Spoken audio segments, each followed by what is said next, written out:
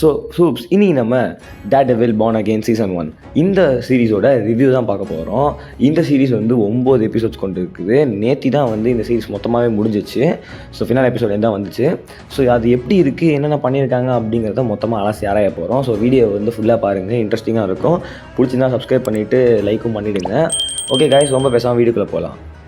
Daredevil born again actually வந்து ஒரு மிக ஆன்டிசெப்டிக்கான ஒரு கேரக்டருங்க டேர்டெவில். ஸோ அவருக்கான அந்த நெட்ஃப்ளிக்ஸ் சீரிஸ் பார்த்துருப்பீங்க, அதோட ஃபேன்ஸ் நிறைய பேர் இருக்காங்க. ஸோ நெட்ஃப்ளிக்ஸ்க்கு அப்புறம் இந்த மாதிரி டிஸ்னியில் வந்து ஒரு சீரிஸ் வரப்போகுது அப்படிங்கும்போது நிறைய பேருக்கு வந்து என்னடா அவங்க சொதப்பிடானுங்களோ அப்படின்னு நினச்சிட்டு இருந்தாங்க. ஏன்னா வந்து டிஸ்னிங்கிறது ஒரு PG-13 அந்த மாதிரியான ஒரு OTT பிளாட்ஃபார்மு. நெட்ஃப்ளிக்ஸுங்கிறது ஒரு 6-8 எடுங்கனால அவங்க நல்லா கொடுத்துருப்பாங்க, டிவி மெச்சூரானது. பட் ஆனால் நம்ம டிஸ்னி வந்து நாங்களும் சம்பவம் செய்வோண்டா அப்படின்னு ஒரு முடிவெடுத்து எடுத்த ஒரு சீரீஸ் தான் வந்து இந்த டேர்டெவில் பார்ன் அகெயின். உண்மையை சொல்லணும்னா அந்த லெவலுக்கு இல்லை, பட் ஆனால் அந்த நெட்ஃப்ளிக்ஸ் சீரீஸ்க்கு ஒரு ஈக்குவலாக கூட கொண்டு வந்துட்டாங்க ஓரளவுக்கு. இதில் வர அந்த பிளட் சீக்வன்ஸாக இருக்கட்டும், ஃபைட்டு, ஆக்ஷன் எல்லாம் வேறு லெவலில் இருந்தது. உண்மையை சொல்லணும்னா ஃபஸ்ட்டு எபிசோடை தெரிக்க விட்டாங்க. ஒரு ஸ்டார் கேஸ் ஃபைட் வரும். எப்படி வந்து அந்த நெட்ஃப்ளிக்ஸ் சீரீஸில் வந்து அந்த காரிடார் ஃபைட் வந்து ஒரு ஹைலைட்டாக இருக்குமோ, அதே மாதிரி இதில் வந்து அந்த ஸ்டார் கேஸ் ஃபைட்டு ரொம்ப ஹைலைட்டாக இருக்கும், செம்மையாக இருக்கும் அது. ஸோ இந்த சீரீஸோட கதை என்ன அப்படின்னு பார்த்தீங்கன்னா, நம்ம மேட் மோடாக்கோட ஃப்ரெண்ட் ஃபாகி நெல்சனை வந்து புல்சை சுட்டு கொண்டுடுவார். ஸோ அவர் செத்ததுக்கப்புறம் நம்ம டேர்டெவில் ரொம்ப ரேஜ்ஃபுல்லாக ஆகி ஒரு கட்டத்தில் புல்சையே கொல்ல போயிடுவார்.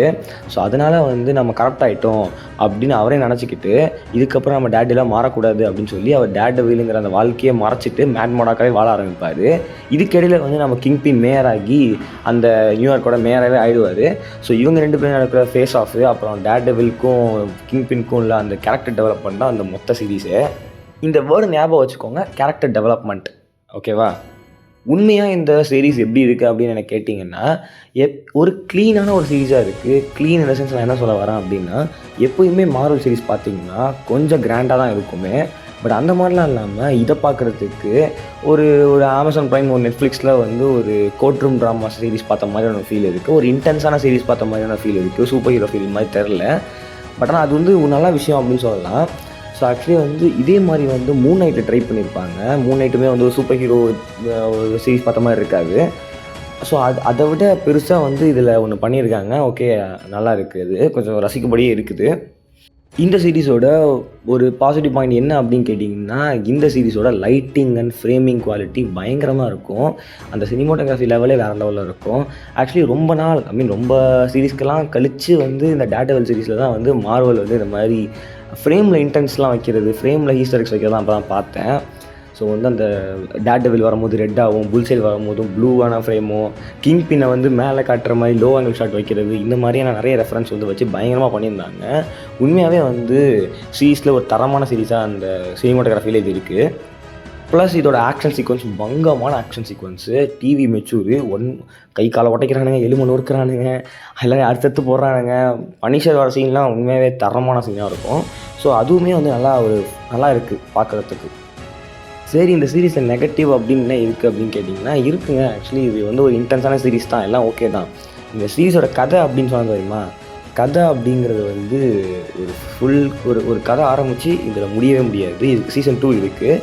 ஒரு பாதியிலே ஒரு கிளிஃபேங்கில் விட்ட மாதிரியான ஒரு கதையாக போயிடுச்சு. கிளிஃபேங்கில் விட்டுருந்தாலும் பரவாயில்ல, இவங்க எடுத்துக்கிட்ட கதையே இந்த சீரீஸ்குள்ளே முடிக்கலையோ அப்படின்னு ஒரு ஐடியா வந்துடுச்சு. நான் ஆரம்பத்திலே சொன்ன மாதிரி கேரக்டர் டெவலப்மெண்ட் மட்டும்தான் இந்த சீரீஸில் பண்ணியிருக்காங்க. டேர்டெவிலோட கேரக்டர் டெவலப்மெண்ட், கிங்பினோட கேரக்டர் டெவலப்மெண்ட், ப்ளஸ் அந்த மியூசிங்க கேரக்டர் இப்படிங்கிற அந்த சின்ன சின்ன கேரக்டர்ஸ்க்கு தான் வந்து நிறைய டெவலப்மெண்ட் பண்ணியிருக்காங்க. தவிர்த்து கதை டெவலப் ஆச்சான்னு கேட்டேன், இல்லை. இந்த சீசன் 2ல் தான் கதையே இருக்குது அப்படிங்கிற மாதிரி எடுத்திருக்காங்க. ஸோ அது வந்து என்னடா இது கதையே இல்லாமல் ஒரு மாதிரி கசகசன்னு இருக்குது அப்படின்னு தோன்றதுக்கு ஒரு ஃபீல் கொடுத்துருச்சு.